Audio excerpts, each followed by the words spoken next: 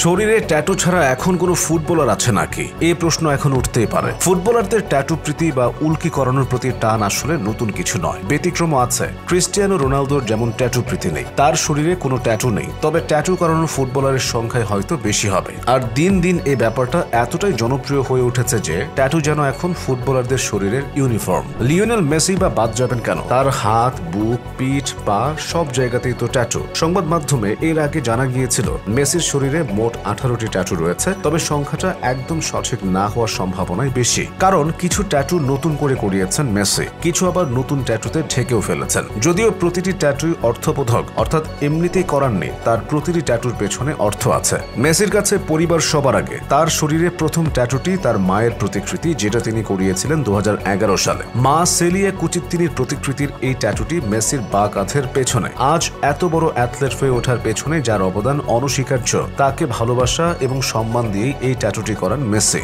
1 বছর পর প্রথমবারের মতো বাবা হন মেসি। নিজের বাঁ পায়ের পেছনে সেই সন্তানের 2 হাতের ট্যাটু করান আর্জেন্টাইন কিংবদন্তি। পরে 2টি হাতের মাঝে হৃদয়ের ট্যাটু এঁকে তাতে সন্তানের নামটিও লেখেন থিয়াগো। 1986 বিশ্বকাপে ডিয়েগো ম্যারাডোনার হ্যান্ড অফ গড গোলের ট্যাটু মনে করে কেউ যেন ভুল না করে, সেজন্য সন্তানের নামও ট্যাটু করেন মেসি। 2025 সালের সেপ্টেম্বরে দ্বিতীয় সন্তান মাতেও ট্যাটুও করেন মেসি, সেটা তার বাঁ হাতে। এ তো গেল মা এবং সন্তানদের জন্য ট্যাটু। বউ আন্তানেল্লা রোকুজ্জোর জন্য 3টি ট্যাটু করিয়েছেন মেসি। তার ডান হাতের মাংসপেশিতে রোকুজ্জোর চোখের ট্যাটু করানো আছে চুমু খাওয়ার ভঙ্গিতে রোকুজ্জোর ঠোঁটের ট্যাটু।